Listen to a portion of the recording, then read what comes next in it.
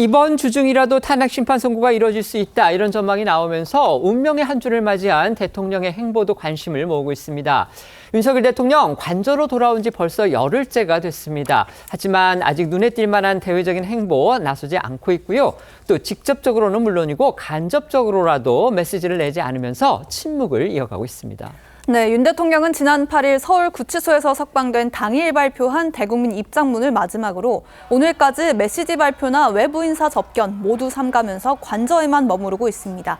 대통령실 관계자는 어제 KBS에 윤 대통령은 관저에 머무르며 차분하고 조용하게 헌재 결과를 기다린다는 입장이라면서 이번 주가 중요한 시기이기 때문에 이 같은 기조가 이어질 거라고 밝혔습니다. 변호인단의 한 관계자도 선고 결과에 대한 입장문 준비는 하지 않고 있다면서 우리도 헌재 선고 일정을 기다리는 입장이라고 했습니다. 어제 일부 언론은요, 대통령 측 변호인단이 검찰과 공수처 수사의 적법성을 지적하는 의견서, 이걸 헌재에 제출하는 방안을 검토 중이라고 보도했습니다.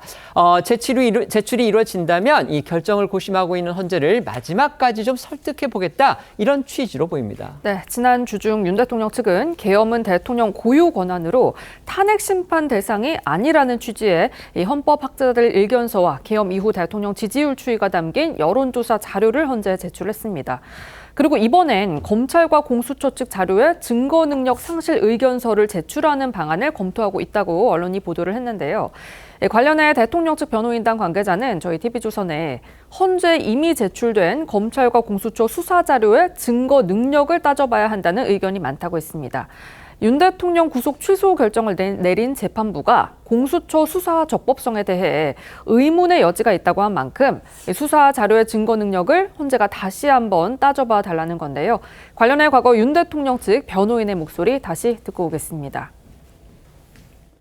공수처의 대통령 수사는 불법에 불법을 더하고 거짓에 거짓을 쌓아올린 위법 수사의 바벨탑임이 입증되었습니다.